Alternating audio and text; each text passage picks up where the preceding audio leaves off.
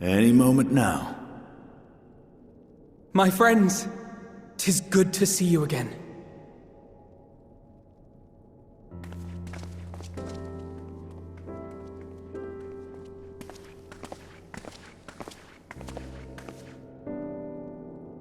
And you. I was worried that the cold wouldn't agree with you, but you're both looking quite well. You get used to it. It helps that there's no shortage of fuel and heaters like before. Glad to hear it. Have you been working in Garlemald all this time? We have. Though the worst is behind them, the people still have a long road ahead. They've taken steps towards forming an interim government, but it will be some time before any large-scale reconstruction effort can be carried out in earnest. So we'll keep doing what we can until they can finally stand on their own. A lot of Garleans wanted nothing to do with us, but they're starting to come round.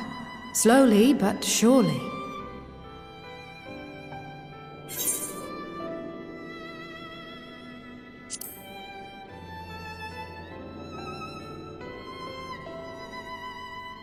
You're too kind.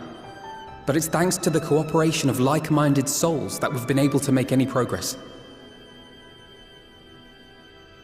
The Allied nations continue to send supplies, which allow us to meet basic needs such as food and shelter. Meanwhile, Euless and a number of soldiers have begun a restoration initiative, with more and more volunteers joining by the day. Like Alphino said, they've got a long road ahead of them. But we'll get there together, one step at a time. Though you yourself helped them take one especially big step, didn't you? In vanquishing that blasphemy in the Tower of Babel?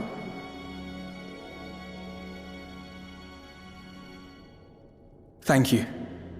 I can only hope that your deed will help the people to find peace and closure. But enough about events here. What brings you to us? And with new company, besides.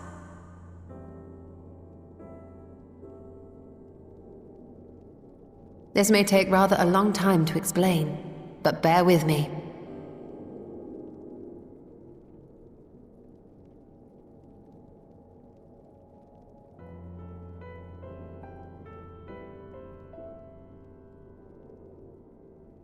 The 13th!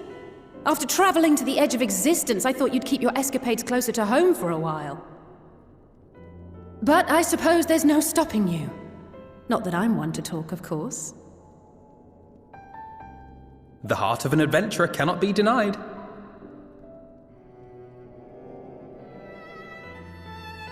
You could have at least invited me, too. Surely there was room enough for me and Grahar in the Undersea Vault.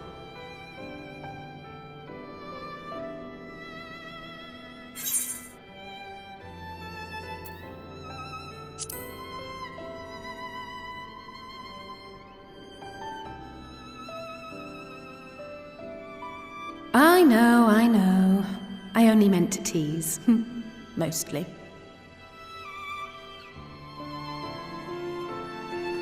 But on a more serious note, are we sure it's wise to keep Xenos' former avatar around? I understand how you came to work together, but nevertheless... You're right to be cautious. I'm a Void Sent, after all. But do not conflate me with Xenos. To recall my time in his service, it angers me.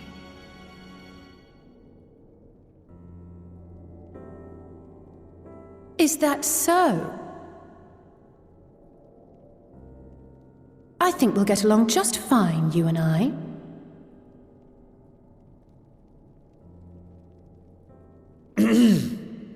Now that we are all caught up, to the matter at hand. As we were about to resume our search in the void, I felt the presence of my sister Ajdaya in the source. Somewhere in the far north, perhaps even here in Garlemald.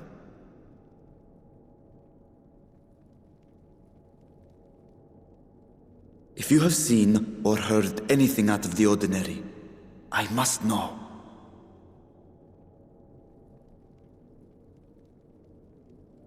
As a matter of fact, we may have. In recent days, we have had to contend with a surprising number of Voidsent. And not the lesser kind that occasionally manifest, but ones possessed of considerable power.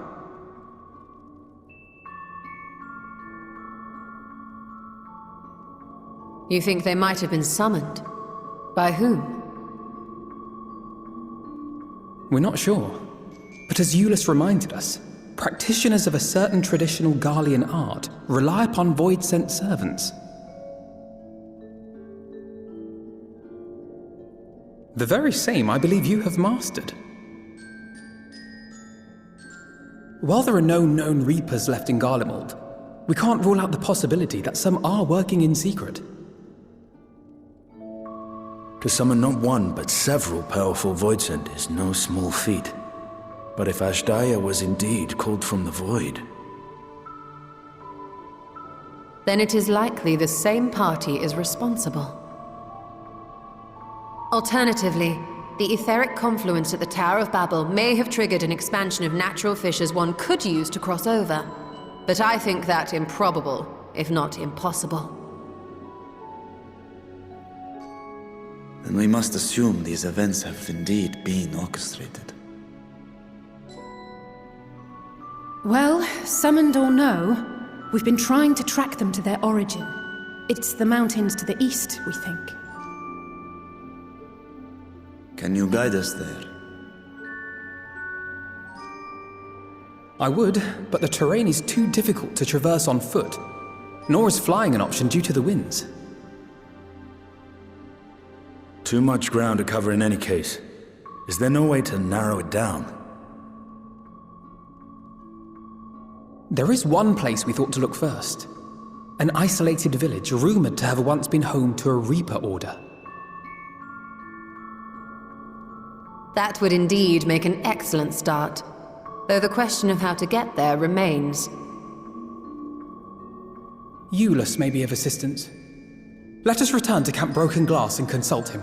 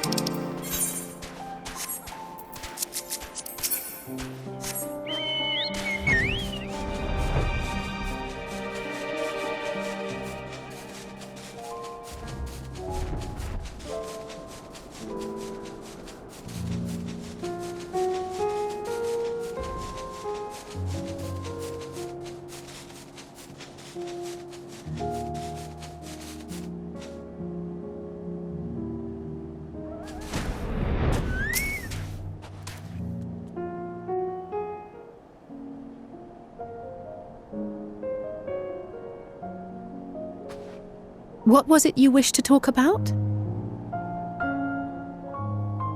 Why do you help these people? What is it that you stand to gain? I'm sorry? You don't act on behalf of a higher power, nor are you bound by a contract. In spite of this, you help them. Why?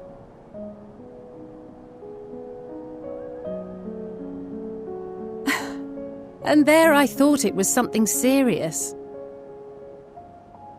I help them because I want to.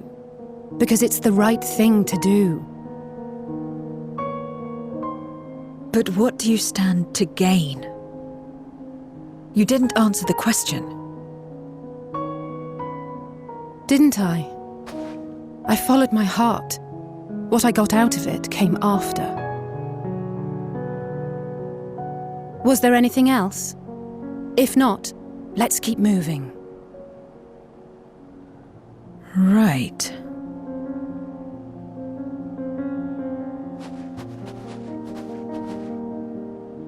To act not out of obligation or in pursuit of gain. To simply live. And they survive like this.